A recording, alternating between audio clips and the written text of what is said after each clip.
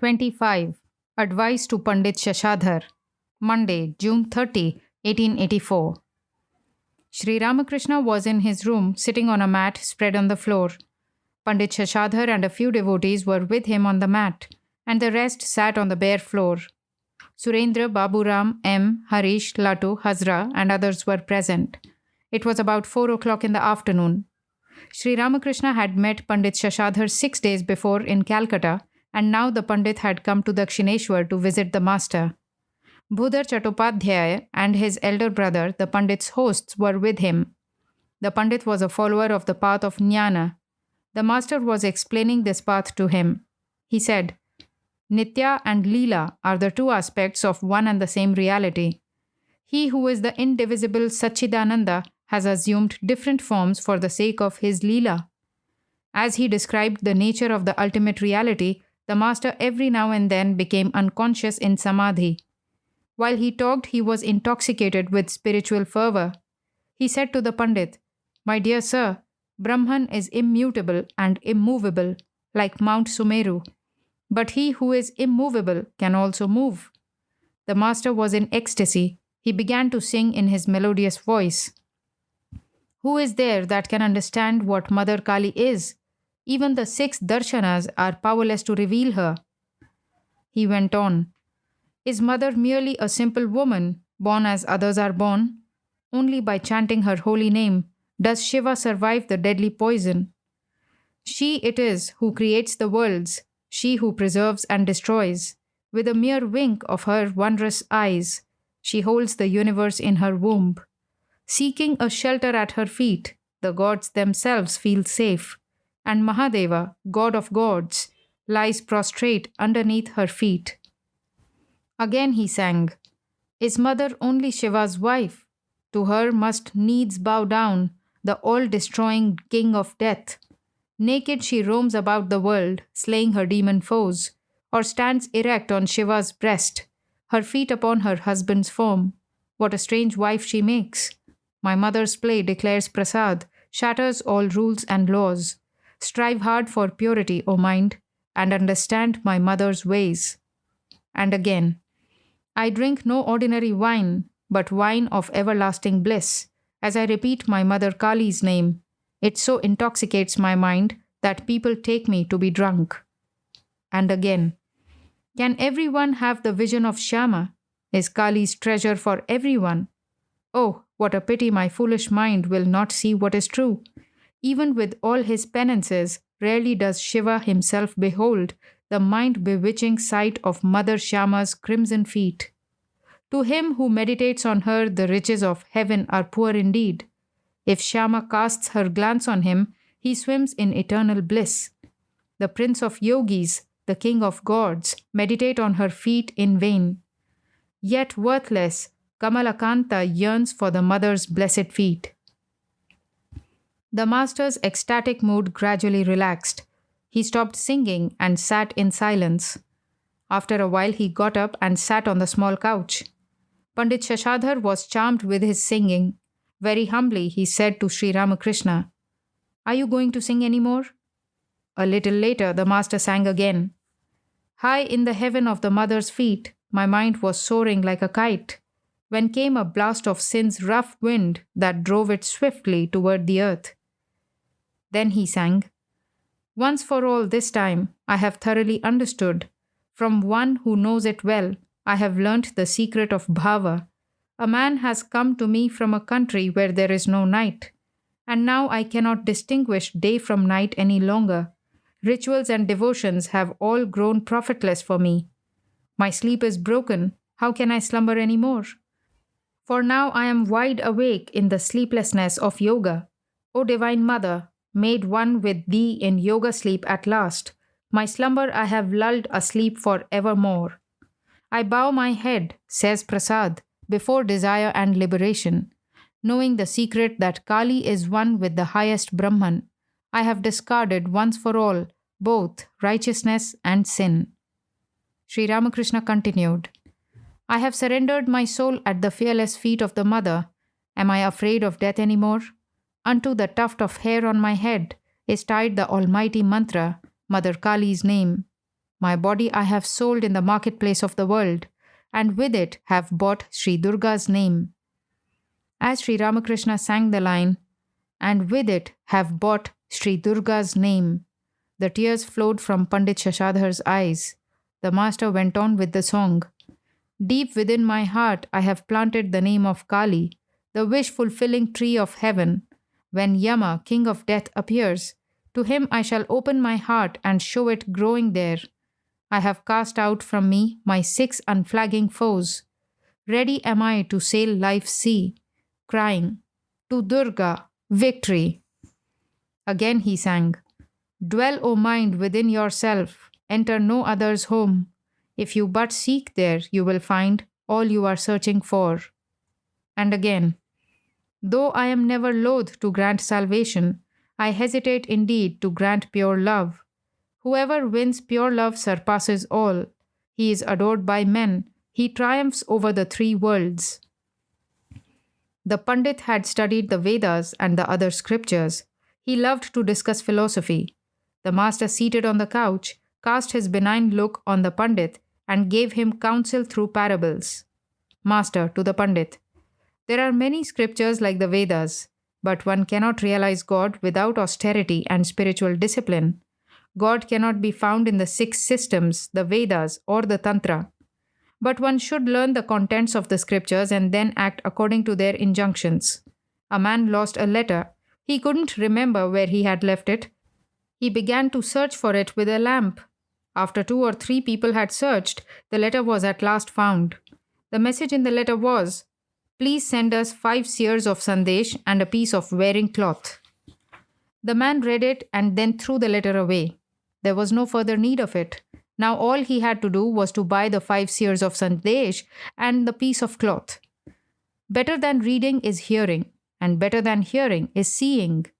One understands the scriptures better by hearing them from the lips of the guru or of a holy man. Then one doesn't have to think about their non-essential part. Hanuman said, Brother, I don't know much about the phase of the moon or the position of the stars. I just contemplate Rama. But seeing is far better than hearing. Then all doubts disappear. It is true that many things are recorded in the scriptures, but all these are useless without the direct realization of God, without devotion to His lotus feet, without purity of heart. The almanac forecasts the rainfall of the year, but not a drop of water will you get by squeezing the almanac. No, not even one drop. How long should one reason about the texts of the scriptures?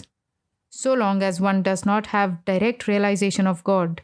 How long does the bee buzz about? As long as it is not sitting on a flower. No sooner does it light on a flower and begin to sip honey than it keeps quiet. But you must remember another thing. One may talk even after the realization of God, but then one talks only of God and of divine bliss. It is like a drunkard's crying, Victory to the Divine Mother. He can hardly say anything else on account of his drunkenness. You can notice too that a bee makes an indistinct humming sound after having sipped the honey from a flower.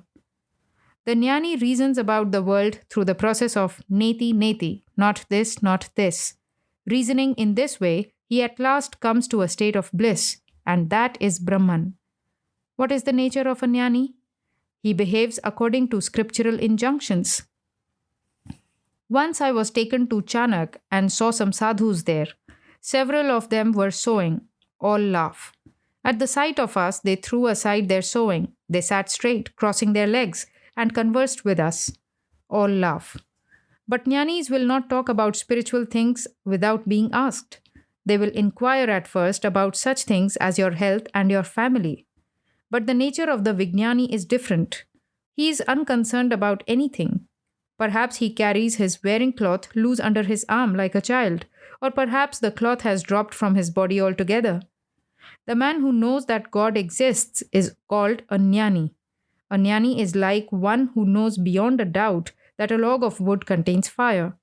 But a Vijnani is he who lights the log, cooks over the fire, and is nourished by the food. The 8 fetters have fallen from the Vijnani. He may keep merely the appearance of lust, anger, and the rest. Pandit, The knots of his heart are cut asunder, all his doubts are destroyed. Master. Yes. Once a ship sailed into the ocean. Suddenly, its iron joints, nails, and screws fell out. The ship was passing a magnetic hill, and so all its iron was loosened. I used to go to Krishna Kishore's house. Once, when I was there, he said to me, "Why do you chew betel leaf?" I said, "It is my sweet pleasure. I shall chew betel leaf, look at my face in the mirror, and dance naked among 1,000 girls." Krishna Kishore's wife scolded him and said, "What have you said to Ramakrishna? You don't know how to talk to people."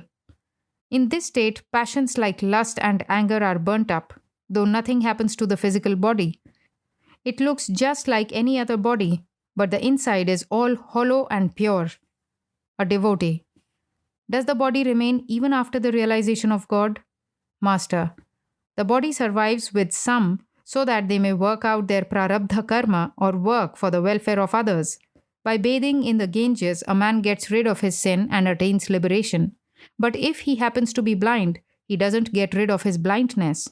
Of course, he escapes future births, which would otherwise be necessary for reaping the results of his past sinful karma. His present body remains alive as long as its momentum is not exhausted. But future births are no longer possible. The wheel moves as long as the impulse that has set it in motion lasts. Then it comes to a stop. In the case of such a person, passions like lust and anger are burnt up. Only the body remains alive to perform a few actions. Pundit. This is called samskara. Master. The Vijnani always sees God. That is why he is so indifferent about the world. He sees God even with his eyes open. Sometimes he comes down to the Leela from the Nitya, and sometimes he goes up to the Nitya from the Leela. Pandit. I don't understand that. Master. The Jnani reasons about the world through the process of neti neti and at last reaches the eternal and indivisible Sachidananda. He reasons in this manner. Brahman is not the living beings. It is neither the universe nor the 24 cosmic principles. As a result of such reasoning, he attains the absolute. Then he realizes that it is the absolute that has become all this, the universe, its living beings, and the 24 cosmic principles. Milk sets into curd, and the curd is churned into butter. After extracting the butter, one realizes that butter is not essentially different from buttermilk, and buttermilk not essentially different from butter. The bark of a tree goes with the pith, and the pith goes with the bark. Pandit, smiling to Bhudar. Did you understand that? It is very difficult. Master. If there is butter, there must be buttermilk also. If you think of butter, you must also think of buttermilk along with it.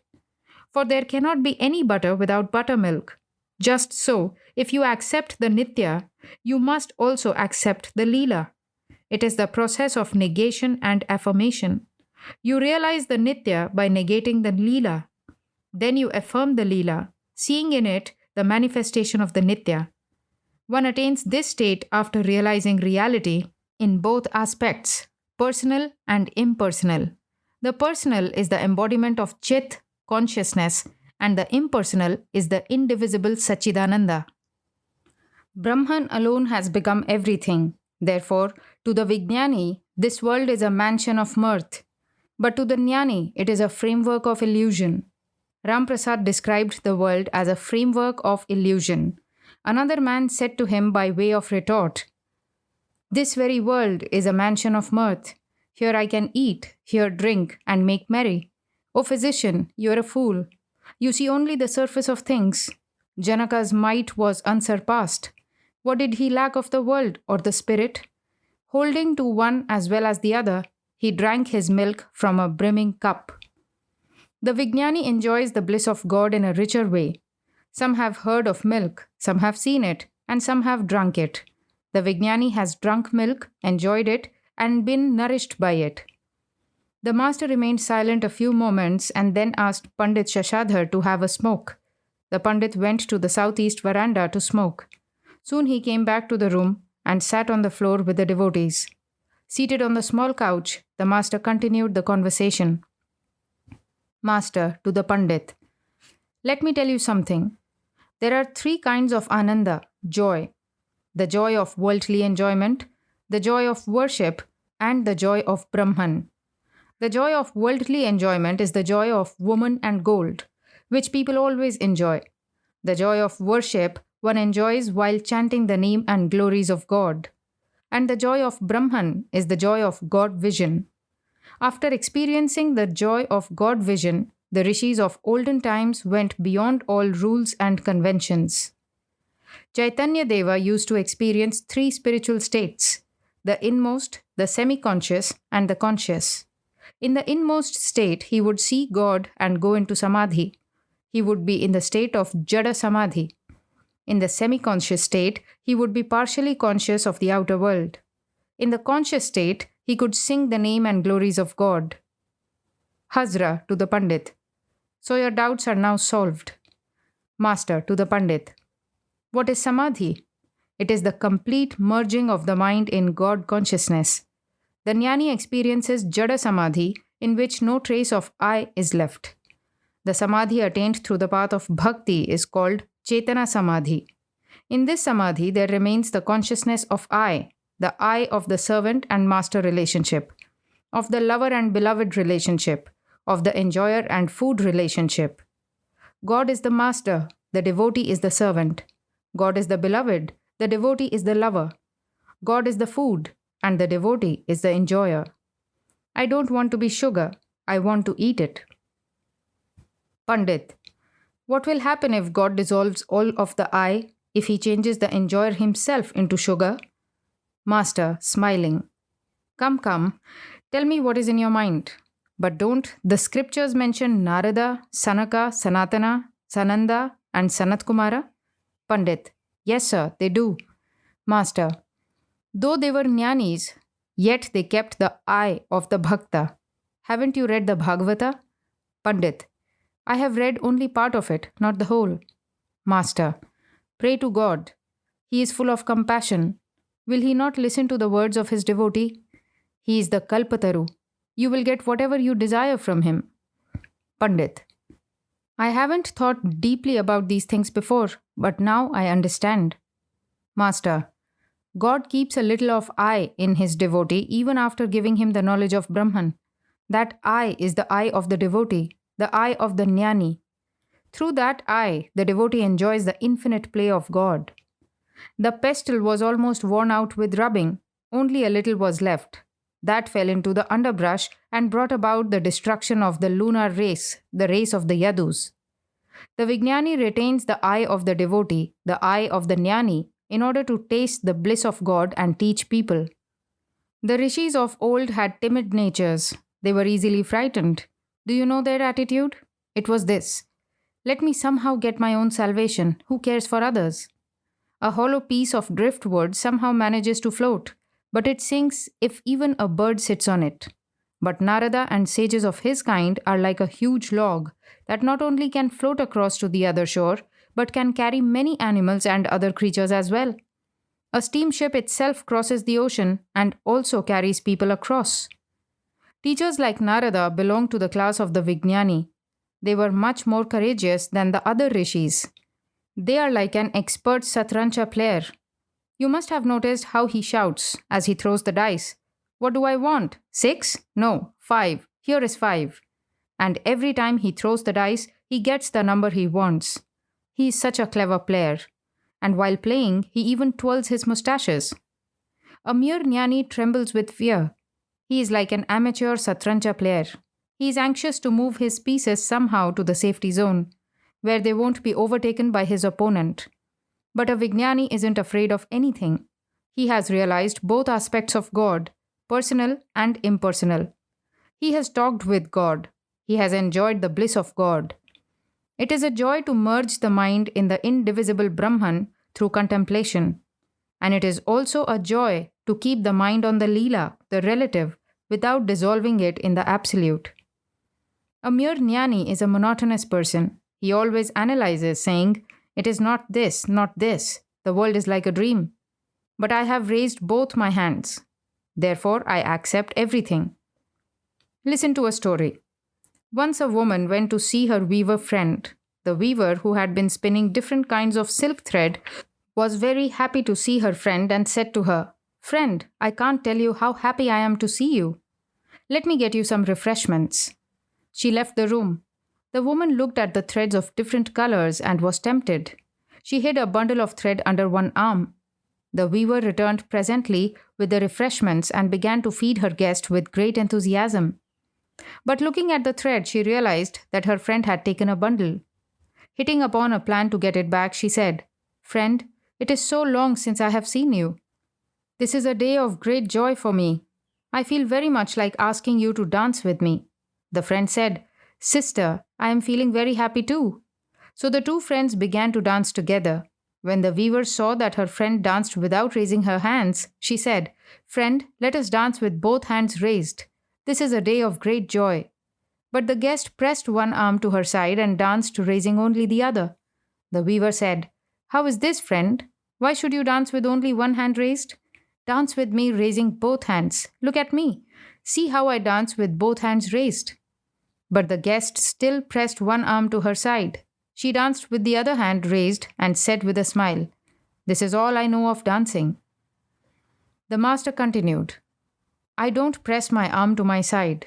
Both my hands are free. I am not afraid of anything. I accept both the Nitya and the Leela, both the absolute and the relative. I said to Keshav Sen that he would not be able to realize God without renouncing the ego. He said, Sir, in that case I should not be able to keep my organization together. Thereupon I said to him, I am asking you to give up the unripe ego, the wicked ego. But there is no harm in the ripe ego, the child ego, the servant ego, the ego of knowledge. The worldly man's ego, the ignorant ego, the unripe ego is like a thick stick. It divides, as it were, the water of the ocean of Satchidananda. But the servant ego, the child ego, the ego of knowledge, is like a line on the water. One clearly sees that there is only one expanse of water. The dividing line makes it appear that the water has two parts, but one clearly sees that in reality there is only one expanse of water. Shankaracharya kept the ego of knowledge in order to teach people. God keeps in many people the ego of a jnani or the ego of a bhakta even after they have attained Brahmagnana. Hanuman, after realizing God in both his personal and his impersonal aspect, cherished toward God the attitude of a servant, a devotee. He said to Rama, O Rama, sometimes I think that you are the whole and I am a part of you. Sometimes I think that you are the master and I am your servant. And sometimes, Rama, when I contemplate the Absolute, I see that I am you and you are I. Yashoda became grief-stricken at being separated from Krishna and called on Radha. Radha saw Yashoda's suffering and revealed herself to her as the divine Shakti, which was her real nature. She said to Yashoda, Krishna is Chidatma, absolute consciousness, and I am Chit Shakti, the primal power. Ask a boon of me. Yashoda said, I don't want Brahmagnana. Please grant me only this, that I may see the form of Gopala in my meditation, that I may always have the company of Krishna's devotees, that I may always serve the devotees of God, that I may always chant God's name and glories. Once the gopis felt a great desire to see the forms of the Lord, so Krishna asked them to dive into the water of the Jamuna. No sooner did they dive into the water than they all arrived at Vaikuntha. There they saw the form of the Lord endowed with his 6 celestial splendors. But they did not like it. They said to Krishna, We want to see Gopala and serve him. Please grant us that boon alone. We don't want anything else. Before his departure for Mathura, Krishna wanted to give the knowledge of Brahman to the gopis. He said to them, I dwell both inside and outside all beings. Why should you see only one form of mine? The gopis cried in chorus, O Krishna, do you want to go away from us? Is that why you are instructing us in Brahmagnana? Do you know the attitude of the gopis? It is this. We are Radha's and Radha is ours. A devotee. Does this I of the devotee never disappear altogether? Master. Yes, it disappears at times. Then one attains the knowledge of Brahman and goes into Samadhi. I too lose it, but not for all the time. In the musical scale, there are 7 notes, sa, re, ga, ma, pa, dha, ni. But one cannot keep one's voice on ni a long time. One must bring it down again to the lower notes. I pray to the Divine Mother. O Mother, do not give me Brahmagnana. Formerly, believers in God with form used to visit me a great deal. Then the modern Brahmagnanis began to arrive. During that period, I used to remain unconscious in samadhi most of the time. Whenever I regained consciousness, I would say to the Divine Mother, O Mother, please don't give me Brahmagnana. Pandit, does God listen to our prayers? Master, God is the Kalpataru, the wish fulfilling tree. You will certainly get whatever you ask of Him, but you must pray standing near the Kalpataru. Only then will your prayer be fulfilled. But you must remember another thing. God knows our inner feeling. A man gets the fulfillment of the desire he cherishes while practicing sadhana. As one thinks, so one receives. A magician was showing his tricks before a king. Now and then he exclaimed, Come confusion, come delusion. O king, give me money, give me clothes. Suddenly his tongue turned upward and clove to the roof of his mouth. He experienced kumbhaka. He could utter neither word nor sound and became motionless. People thought he was dead. They built a vault of bricks and buried him there in that posture. After 1,000 years, someone dug into the vault. Inside it, people found a man seated in samadhi. They took him for a holy man and worshipped him. When they shook him, his tongue was loosened and regained its normal position. The magician became conscious of the outer world and cried, as he had 1,000 years before, Come confusion, come delusion. O king, give me money, give me clothes. I used to weep, praying to the Divine Mother, O Mother, destroy with thy thunderbolt my inclination to reason. Pandit, then you too had an inclination to reason? Master, yes, once. Pandit, then please assure us that we shall get rid of that inclination too. How did you get rid of yours? Master, oh, somehow or other. Sri Ramakrishna was silent a while. Then he went on with his conversation. Master, God is the Kalpataru. One should pray standing near it. Then one will get whatever one desires. How many things God has created? Infinite is His universe. But what need have I to know about His infinite splendors? If I must know these, let me first realize Him. Then God Himself will tell me all about them. What need have I to know how many houses and how many government securities Jaddu Malik possesses? All that I need is somehow to converse with Jaddu Malik. I may succeed in seeing him by jumping over a ditch or through a petition or after being pushed about by his gatekeeper. Once I get a chance to talk to him, then he himself will tell me all about his possessions if I ask him. If one becomes acquainted with the master, then one is respected by his officers too. All laugh. There are some who do not care to know the splendors of God. What do I care about knowing how many gallons of wine there are in the tavern? One bottle is enough for me. Why should I desire the knowledge of God's splendors? I am intoxicated with the little wine I have swallowed. Both Bhakti Yoga and Jnana Yoga are paths by which you can realize God. Whatever path you may follow, you will certainly realize Him. The path of Bhakti is an easy one. The path of knowledge and discrimination is very difficult. Why should one reason so much to know which path is the best? I talked about this with Vijay for many days. Once I told him about a man who used to pray, O God, reveal to me who and what you are. The path of knowledge and discrimination is difficult indeed. Parvati, the Divine Mother, revealed her various forms to her father and said, Father, if you want Brahmagnana, then live in the company of holy men. Brahman cannot be described in words. It is said in the Rama Gita that Brahman has only been indirectly hinted at by the scriptures.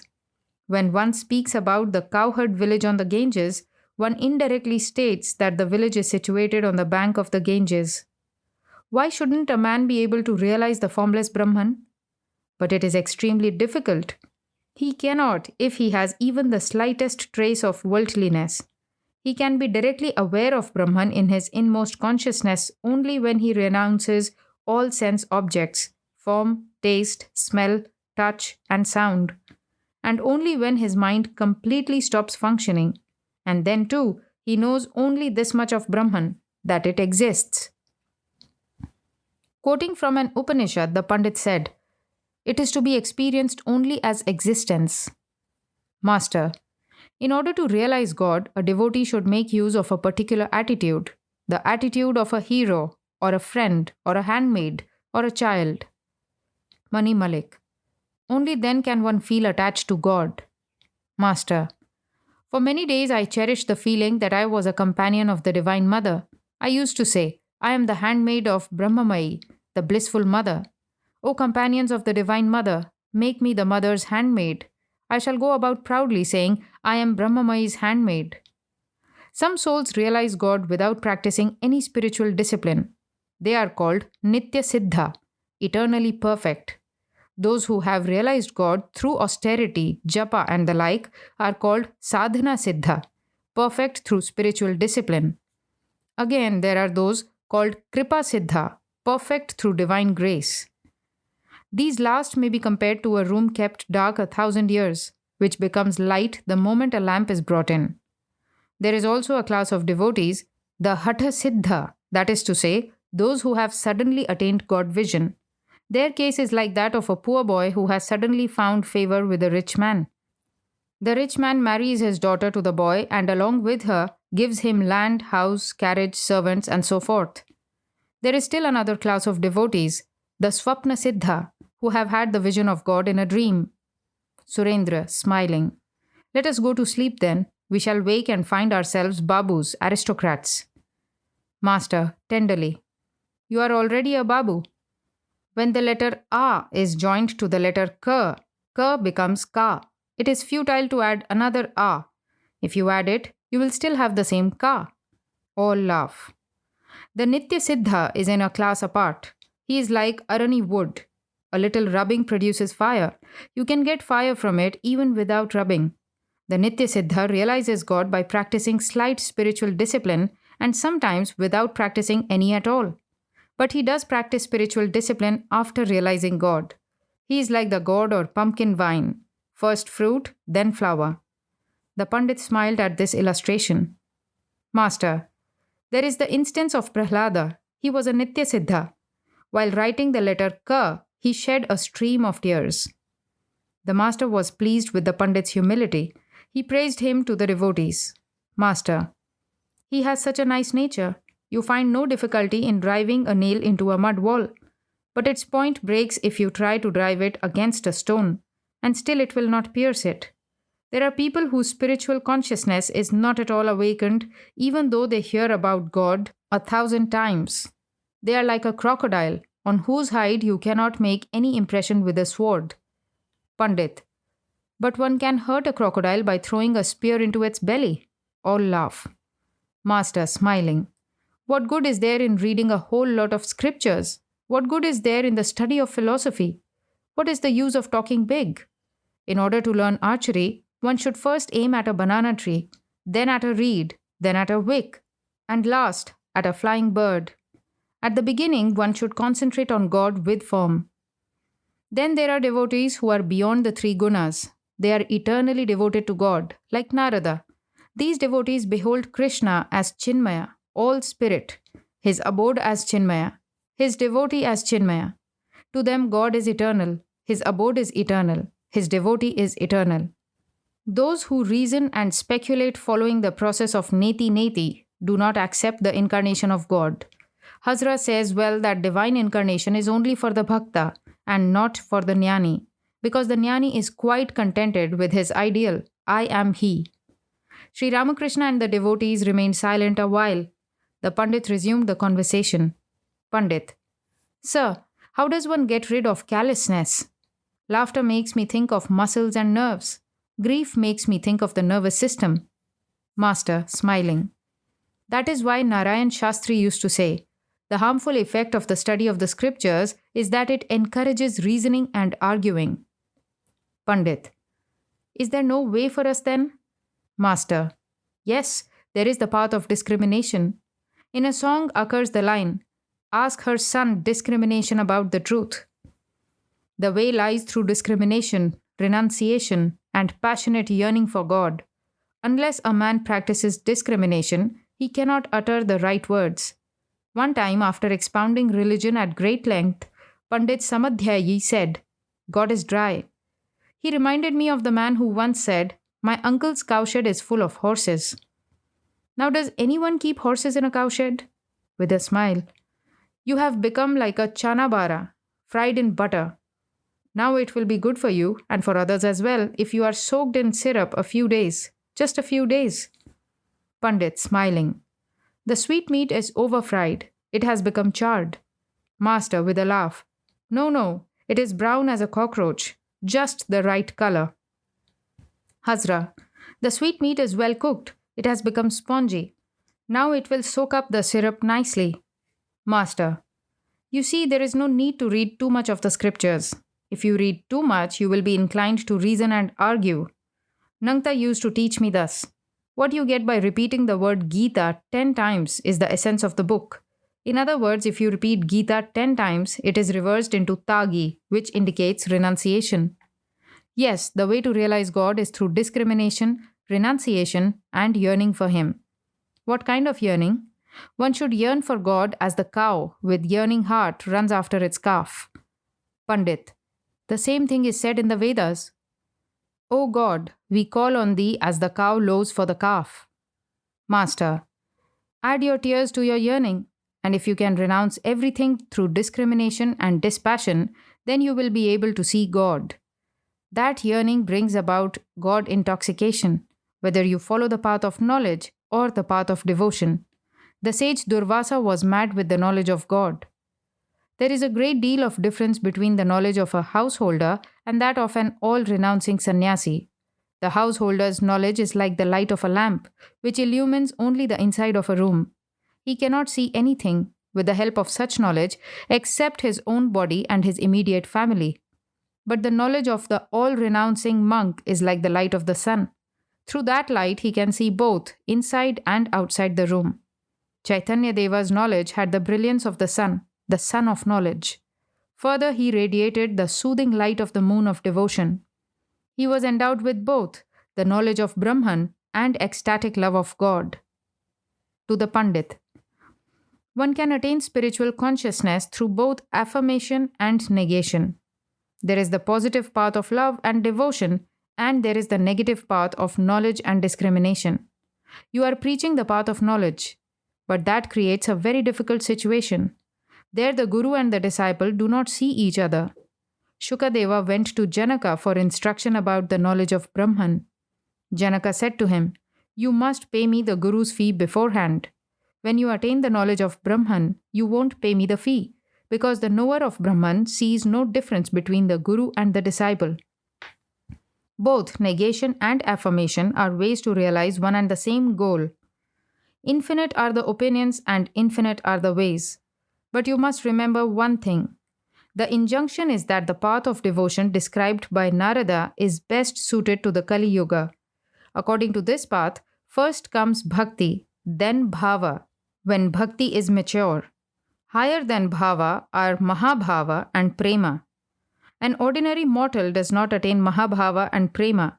He who has achieved these has realized the goal, that is to say, has attained God. Pandit. In expounding religion, one has to use a great many words. Master.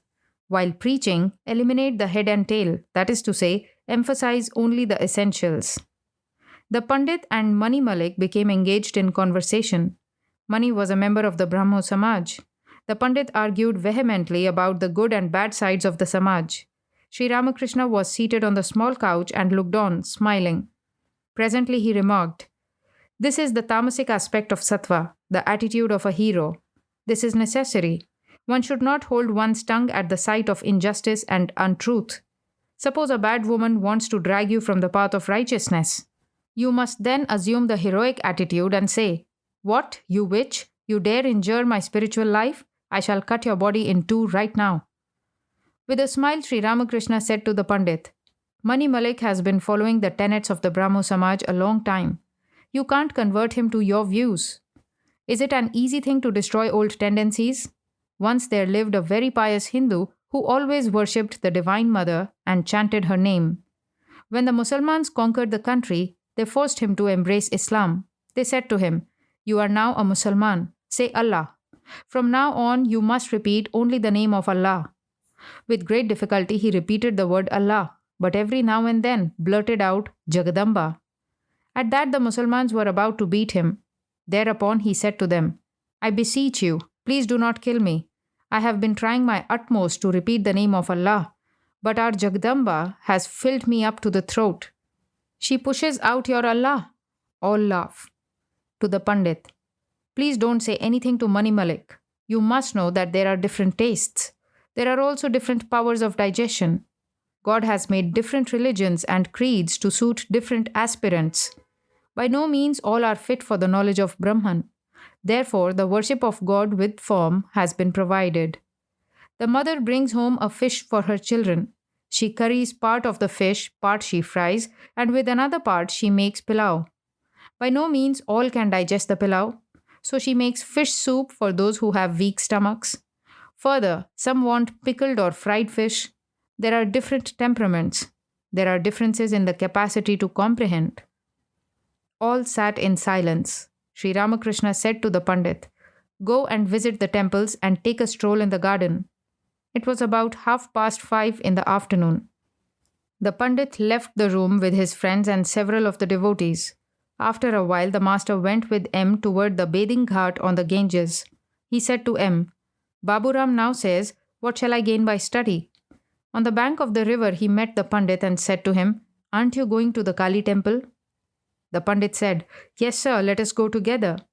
With a smiling face, Sri Ramakrishna proceeded to the temple through the courtyard. He said to the Pandit, Listen to a song. He sang, Is Kali my mother really black? The naked one, of blackest hue, lights the lotus of the heart. As he was going through the courtyard, he quoted to the Pandit from a song, Lighting the lamp of knowledge in the chamber of your heart, behold the face of the mother, Brahman's embodiment. They came to the temple. Sri Ramakrishna saluted the Divine Mother, touching the ground with his forehead. Red hibiscus flowers and vilva leaves adorned the mother's feet. Her 3 eyes radiated love for her devotees. 2 of her hands were raised as if to give them boons and reassurance. The other 2 hands held symbols of death. She was clothed in a sari of Benares silk and was decked with ornaments. Referring to the image, one of the party remarked, I heard it was made by the sculptor Nabin. The master answered, Yes, I know, but to me she is the embodiment of spirit. As Sri Ramakrishna was coming back to his room with the devotees, he said to Baburam, Come with us. M also joined them. It was dusk. The master was sitting on the semicircular porch west of his room. Baburam and M sat near him. He was in a mood of partial ecstasy. Rakhal was not then living with Sri Ramakrishna, and therefore the master was having difficulties about his personal service. Several devotees lived with him, but he could not bear the touch of everyone during his spiritual moods. He hinted to Baburam, Do stay with me. It will be very nice. In this mood, I cannot allow others to touch me. The Pandit entered the master's room after visiting the temples. The master said to him from the porch, Take some refreshments. The Pandit said that he had not yet performed his evening devotions. At once Sri Ramakrishna stood up and sang in an exalted mood. Why should I go to Ganga or Gaya, to Kashi, Kanchi or Prabhas? So long as I can breathe my last with Kali's name upon my lips? What need of rituals has a man? What need of devotions any more? If he repeats the mother's name at the 3 holy hours? Intoxicated with ecstatic love, the master said, How long should one perform devotions? So long as one's mind does not merge in God while repeating Om. Pandit, then let me eat the refreshments. I shall perform the devotions later on. Master, no, I don't want to obstruct the current of your life. It is not good to renounce anything before the proper time arrives. When the fruit ripens, the flower drops off of itself. One shouldn't forcibly tear off the green branch of a coconut tree. That injures the tree. Surendra was about to leave. He invited his friends into his carriage. The master, still in an ecstatic mood, said, Don't take more people than your horse can draw. Surendra took leave of Sri Ramakrishna. The Pandit left the room to perform his worship. M and Baburam saluted the master. They were about to leave for Calcutta. Sri Ramakrishna was still in an ecstatic mood. Master to M, I cannot utter a word now. Stay a few minutes. M again took his seat and waited for the master's command. Sri Ramakrishna motioned to Baburam to take a seat and asked him to fan him a little. M also took part in rendering this personal service to the master. Master to M tenderly, "Why don't you come here so frequently now?" M. "Not for any special reason. I have been rather busy at home." Master. "Yesterday I came to know Baburam's inner nature. That is why I have been trying so hard to persuade him to live with me. The mother bird hatches the egg in proper time. Boys like Baburam are pure in heart. They have not yet fallen into the clutches of woman and gold. Isn't that so?" M. "It is true, sir. They are still stainless." Master. "They are like a new pot. Milk kept in it will not turn sour." M. "Yes, sir." Master. "I need Baburam here. I pass through certain spiritual states when I need someone like him. He says he must not, all at once, live with me permanently, for it will create difficulties. His relatives will make trouble. I am asking him to come here Saturdays and Sundays." The Pundit entered the room with his friends. He had finished his devotions and was ready to eat the refreshments. One of his companions asked the master, "Shall we succeed in spiritual life? Please tell us what our way is." Master. "You all have the yearning for liberation. If an aspirant has yearning, that is enough for him to realize God. Don't eat any food of the Shraddha ceremony. Live in the world like an unchaste woman. She performs her household duties with great attention, but her mind dwells day and night on her paramar. Perform your duties in the world, but keep your mind always fixed on God." The Pandit finished eating his refreshments. Master to the Pandit. "You have read the Gita, no doubt. It says that there is a special power of God in the man who is honored and respected by all." The Pandit quoted the verse from the Gita. Master. "You surely possess divine power." Pandit. "Shall I labor with perseverance to finish the task that I have accepted?" Sri Ramakrishna forced himself, as it were, to say, "Yes." He soon changed the conversation. Master. "One cannot but admit the manifestation of power. Vidyasagar once asked me, 'Has God given more power to some than to others?' I said to him, 'Certainly. Otherwise, how can one man kill 100? If there is no special manifestation of power, then why is Queen Victoria so much honored and respected? Don't you admit it?' He agreed with me." The Pandit and his friends saluted the master and were about to take their leave. Sri Ramakrishna said to the Pandit, "Come again. One hemp smoker rejoices in the company of another hemp smoker. They even embrace each other, but they hide at the sight of people not of their own kind. A cow licks the body of her calf, but she threatens a strange cow with her horns." All laugh. The Pandit left the room. With a smile, the master said, "He has become diluted even in one day. Did you notice how modest he was? And he accepted everything I said." Moonlight flooded the semicircular porch. Sri Ramakrishna was still seated there. M was about to leave. Master, tenderly, "Must you go now?" M. "Yes, sir. Let me say goodbye." Master. "I have been thinking of visiting the houses of the devotees. I want to visit yours also. What do you say?" M. "That will be very fine." Thursday, July 3, 1884. Sri Ramakrishna was sitting in Balaram Bose's house in Calcutta. It was the day of the return car festival. The Lord of the Universe was worshipped in Balaram's house as Jagannath. There was a small car in the house for use during the car festival. Balaram's father was a pious Vaishnava who devoted most of his time to prayer and meditation in his garden house at Vrindavan. He also studied devotional books and enjoyed the company of devotees. Balaram had brought his father to Calcutta to meet the master. Sri Ramakrishna was in a very happy mood. Seated near him were Ram, Balaram's father, M, Manomohan, and several young devotees. He was conversing with them. Master to Balaram's father and the others. The Bhakta Mala is one of the Vaishnava books. It is a fine book. It describes the lives of the various Vaishnava devotees, but it is one-sided. At one place, the author found peace of mind only after compelling Bhagavati, the Divine Mother, to take her initiation according to the Vaishnava disciple. Once I spoke highly of Vaishnav Charan to Mathur and persuaded him to invite Vaishnav Charan to his house. Mathur welcomed him with great courtesy. He fed his guest from silver plates. Then do you know what happened? Vaishnav said in front of Mathur, "You will achieve nothing whatsoever in spiritual life unless you accept Krishna as your ideal." Mathur was a follower of the Shakta cult and a worshipper of the Divine Mother. At once his face became crimson. I nudged Vaishnav Charan. I understand that the Bhagavata also contains some statements like that. I hear that it is said there that trying to cross the ocean of the world without accepting Krishna as the ideal deity is like trying to cross a great sea by holding to the tail of a dog. Each sect magnifies its own view. The Shaktas too try to belittle the Vaishnavas. The Vaishnavas say that Krishna alone is the helmsman to take one across the ocean of the world. The Shaktas retort, "Oh yes, we agree to that. Our Divine Mother is the Empress of the universe. Why should she bother about a ferry boat? Therefore, she has engaged that fellow Krishna for the purpose." All laugh. Besides, how vain people are about their own sects. There are weavers in the villages near Kamarpukar. Many of them are Vaishnavas and like to talk big.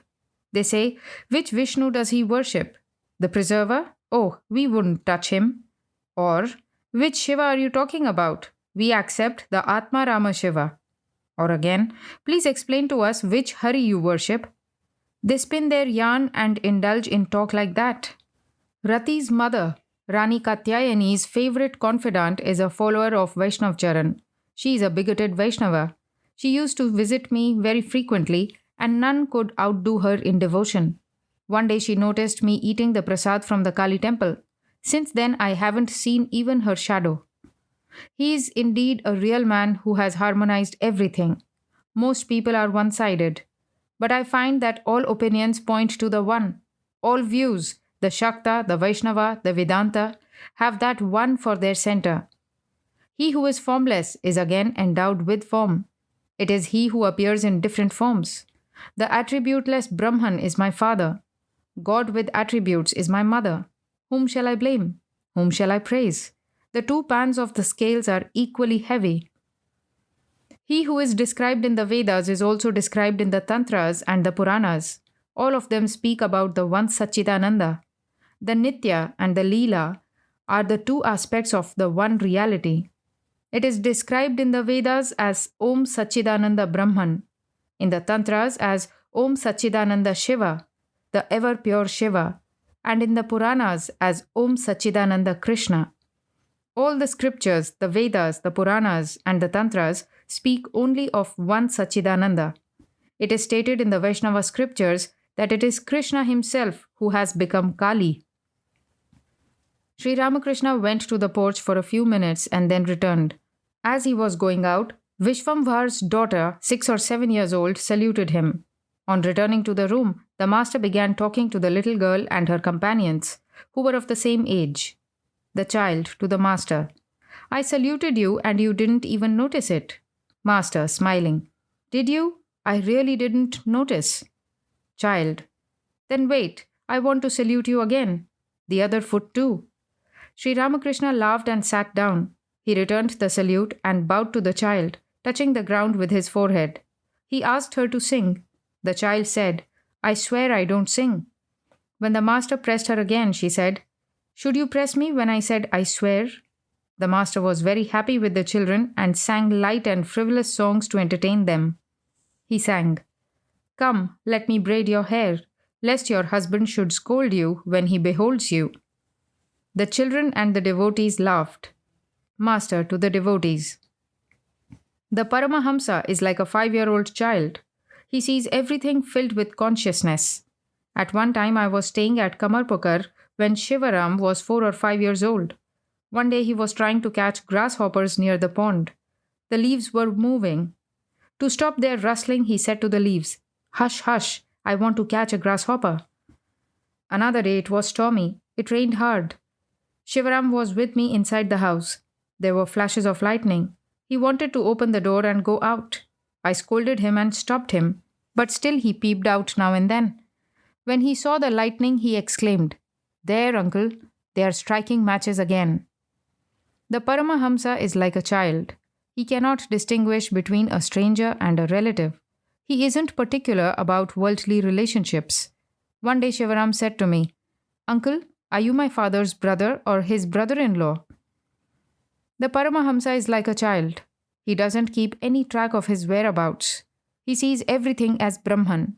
He is indifferent to his own movements. Shivaram went to Hriday's house to see the Durga Puja. He slipped out of the house and wandered away. A passerby saw the child, who was then only 4 years old, and asked, "Where do you come from?" He couldn't say much. He only said the word hut. He was speaking of the big hut in which the image of the Divine Mother was being worshipped. The stranger asked him further, "Whom are you living with?" He only said the word brother. Sometimes the Paramahamsa behaves like a madman. When I experienced that divine madness, I used to worship my own sexual organ as the Shiva phallus. But I can't do that now. A few days after the dedication of the temple at Dakshineshwar, a madman came there who was really a sage endowed with the knowledge of Brahman. He had a bamboo twig in one hand and a potted mango plant in the other, and was wearing torn shoes. He didn't follow any social conventions. After bathing in the Ganges, he didn't perform any religious rites. He ate something that he carried in a corner of his wearing cloth. Then he entered the Kali temple and chanted hymns to the deity. The temple trembled. Haladhari was then in the shrine. The madman wasn't allowed to eat at the guest house, but he paid no attention to this slight. He searched for food in the rubbish heap where the dogs were eating crumbs from the discarded leaf plates. Now and then he pushed the dogs aside to get his crumbs. The dogs didn't mind either. Haladhari followed him and asked, "Who are you? Are you a Purnanyani?" The madman whispered, "Shh, yes, I am a Purnanyani." My heart began to palpitate as Haladhari told me about it. I clung to Hriday.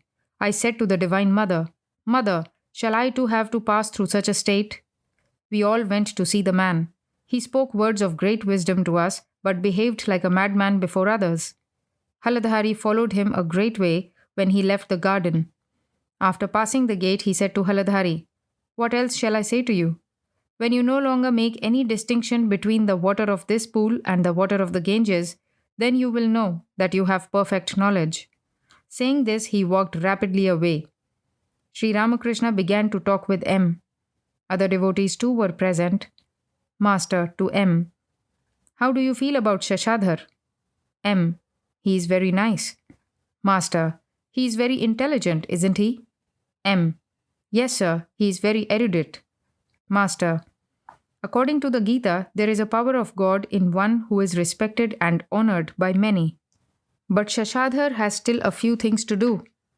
What will he accomplish with mere scholarship? He needs to practice some austerity.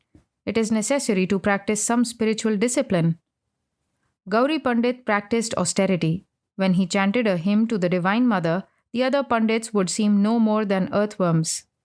Narayan Shastri was not merely a scholar either. He practiced sadhana as well. He studied for 25 years without a break. Nyaya alone he studied for 7 years. Still he would go into ecstasy while repeating the name of Shiva. The king of Jaipur wanted to make him his court pandit, but Narayan refused. He used to spend much time here. He had a great desire to go to the Vasishtha ashrama to practice tapasya. He often spoke to me about it, but I forbade him to go there. At that he said, "Who knows when I shall die? When shall I practice sadhana? Any day I may crack." After much insistence on his part, I let him go. Some say that he is dead, that he died while practicing austerity. Others say that he is still alive and that they saw him off on a railway train. Before meeting Keshab, I asked Narayan Shastri to visit him and tell me what he thought of him. Narayan reported that Keshab was an adept in japa. He knew astrology and remarked that Keshab had been born under a good star. Then I went to visit Keshab in the garden house at Belgharia. Hriday was with me. The moment I saw Keshab, I said, "Of all the people I see here, he alone has dropped his tail. He can now live on land as well as in water, like a frog." Keshab sent 3 members of the Brahmo Samaj to the temple garden at Dakshineshwar to test me. Prasanna was one of them. They were commissioned to watch me day and night and to report to Keshab. They were in my room and intended to spend the night there. They constantly uttered the word Dayamaya and said to me, "Follow Keshab Babu, that will do you good." I said, "I believe in God with form." Still they went on with their exclamations of Dayamaya. Then a strange mood came over me. I said to them, "Get out of here." I didn't allow them to spend the night in my room. So they slept on the veranda. Captain also spent the night in the temple garden the first time he visited me. Michael visited the temple garden when Narayan Shastri was living with me. Dwarika Babu, Mathur's eldest son, brought him here. The owners of the temple garden were about to get into a lawsuit with the English proprietors of the neighboring Powder magazine, so they wanted Michael's advice. I met him in the big room next to the manager's office. Narayan Shastri was with me. I asked Narayan to talk to him. Michael couldn't talk very well in Sanskrit. He made mistakes. Then they talked in the popular dialect. Narayan Shastri asked him his reason for giving up the Hindu religion. Pointing to his stomach, Michael said, "It was for this." Narayan said, "What shall I say to a man who gives up his religion for his belly's sake?" Thereupon, Michael asked me to say something. I said, "I don't know why, but I don't feel like saying anything. Someone seems to be pressing my tongue." Manu Mohan. "Mr. Chowdhury will not come," he said. "That fellow Shashadhar from Faridpur will be there. I shall not go." Mr. Chowdhury had obtained his master's degree from Calcutta University. He drew a salary of 300 or 400 rupees. After the death of his first wife, he had felt intense dispassion for the world, but after some time he had married again. He frequently visited the master at the temple garden. "Master, how mean of him. He is vain of his scholarship. Besides, he has married a second time.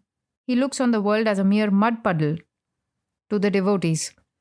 This attachment to woman and gold makes a man small-minded. When I first saw Hara Mohan, he had many good traits. I longed to see him. He was then 17 or 18 years old. I used to send for him every now and then, but he wouldn't come. He is now living away from the family with his wife. He had been living with his uncle before. That was very good. He had no worldly troubles. Now he has a separate home and does the marketing for his wife daily. The other day he came to Dakshineshwar. I said to him, "Go away, leave this place. I don't even feel like touching you." Sri Ramakrishna went to the inner apartments to see the deity.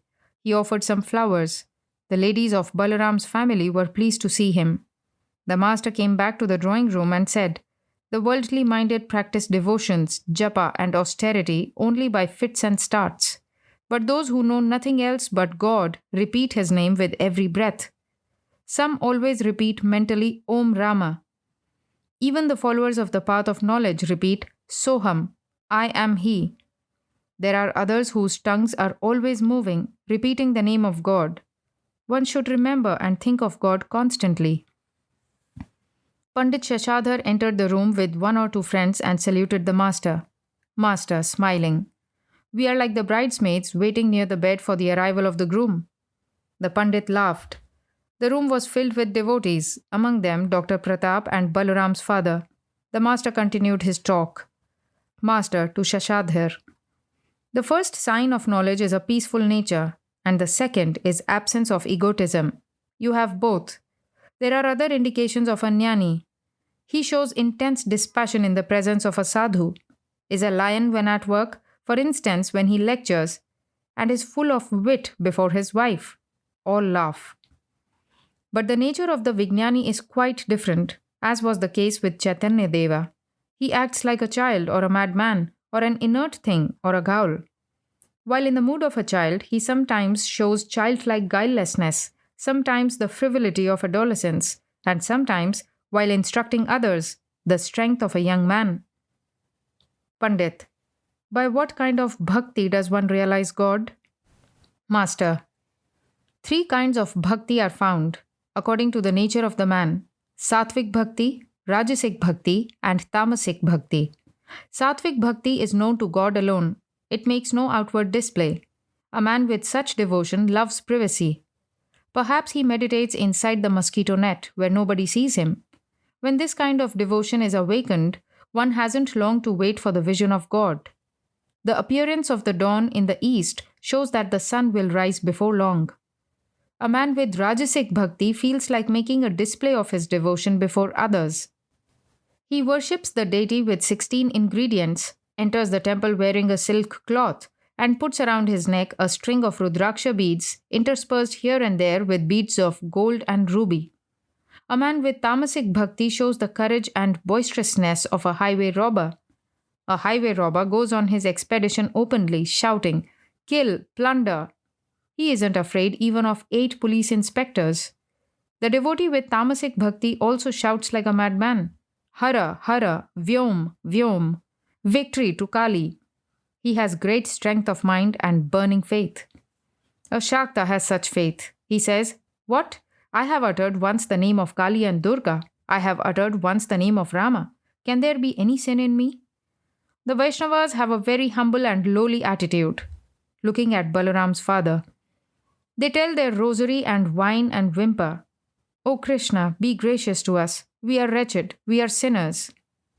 A man should have such fiery faith as to be able to say, "I have uttered the name of God. How can I be a sinner?" Imagine a man repeating the name of Hari day and night and at the same time saying that he is a sinner. So saying, Sri Ramakrishna became overwhelmed with divine ecstasy and sang, "If only I can pass away repeating Durga's name, how canst thou then, O Blessed One, withhold from me deliverance, wretched though I may be? I may have stolen a drink of wine, or killed a child unborn, or slain a woman or a cow, or even caused a Brahmin's death. But though it all be true, nothing of this can make me feel the least uneasiness. For through the power of thy sweet name, my wretched soul may still aspire, even to Brahmanhood." He sang again, "Behold my mother playing with Shiva, lost in an ecstasy of joy. Drunk with a draught of celestial wine, she reels, and yet she does not fall. Erect she stands on Shiva's bosom, and the earth trembles under her tread. She and her lord are mad with frenzy, casting aside all fear and shame." Pandit Shashadhar was weeping. Vaishnav Charan, the musician, sang, "O tongue, always repeat the name of Mother Durga. Who but your Mother Durga will save you in distress? Thou art the heavens and the earth, and thou the nether world. From thee have the 12 Gopalas and Hari and Shiva sprung. The 10 embodiments of divine Shakti art thou, and thou the 10 avatars. This time, save me thou must. The moving and the unmoving, the gross and the subtle art thou. Creation and preservation art thou, and the last dissolution. Thou art the primal root of this manifold universe. The mother of the 3 worlds, their only savior art thou. Thou art the Shakti of all, and thou thine own Shakti too." As the master listened to the last few lines, he went into an ecstatic mood. The master himself sang, "O mother, for Yashoda thou wouldst dance when she called thee her precious blue jewel. Where hast thou hidden that lovely form, O terrible Shama? Dance that way once for me, O mother. Throw down thy sword and take the flute. Cast off thy garland of heads and wear thy wildflower garland. If without Shiva thou canst not dance, then let Balarama be thy Shiva. Dance, O Shama, as thou didst dance when thou wast Krishna. Mother, play on thy flute again, once so full of delight for the gopis. Play again on thy magic flute, which called the cattle in from the pasture, stopping the Jamuna's murmuring flow and turning it backward. Hot in the sky the sun would burn when Yashoda, restless for her Krishna, fondly would call, 'Here, my Gopala, cream and butter, eat them, my darling.'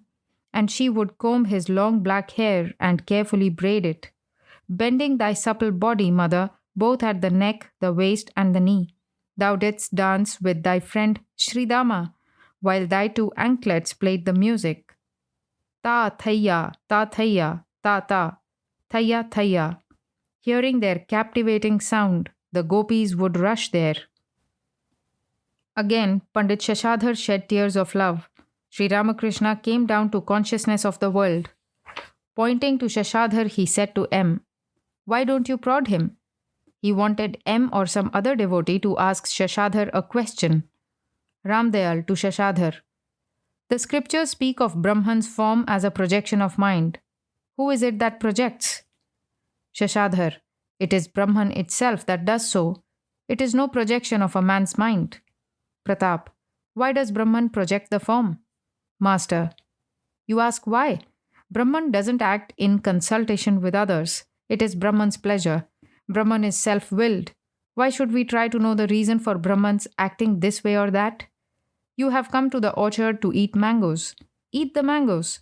What is the good of calculating how many trees there are in the orchard, how many thousands of branches, and how many millions of leaves? One cannot realize truth by futile arguments and reasoning. Pratap. Shouldn't we reason any more then? Master. I am asking you not to indulge in futile reasoning, but reason by all means about the real and the unreal, about what is permanent and what is transitory. You must reason when you are overcome by lust, anger, or grief. Shashadhar. That is different. It is called reasoning based on discrimination. Master. Yes, discrimination between the real and the unreal. All sat in silence. Again the master spoke, addressing the Pundit. Master. Formerly, many great men used to come here. Shashadhar. You mean rich people? Master. No, great scholars. In the meantime, the small car of Jagannath had been brought to the veranda. Inside the car were the images of Krishna, Balarama, and Subhadra. They were adorned with flowers, garlands, jewelry, and yellow apparel. Balaram was a sattvic worshipper. There was no outward grandeur in his worship. Outsiders did not even know of this car festival at his house. The master and the devotees went to the veranda. Sri Ramakrishna pulled the car by the rope. Then he began to sing. See how all Nadia is shaking under the waves of Gauranga's love. He sang again. Behold, the two brothers have come, who weep while chanting Hari's name. The brothers who in return for blows offer to sinners Hari's love. Sri Ramakrishna danced with the devotees. The musician and his party joined the master in the music and dancing. Soon the whole veranda was filled with people. The ladies witnessed this scene of joy from an adjoining room. It appeared as if Chaitanya himself were dancing with his devotees, intoxicated with divine love. It was not yet dusk. Sri Ramakrishna returned to the drawing room with the devotees. Master to Shashadhar. This is called Bhajanananda, the bliss of devotees in the worship of God. Worldly people keep themselves engrossed in the joy of sensuous objects, of woman and gold. Through worship, devotees receive the grace of God, and then his vision. Then they enjoy Brahmananda, the bliss of Brahman.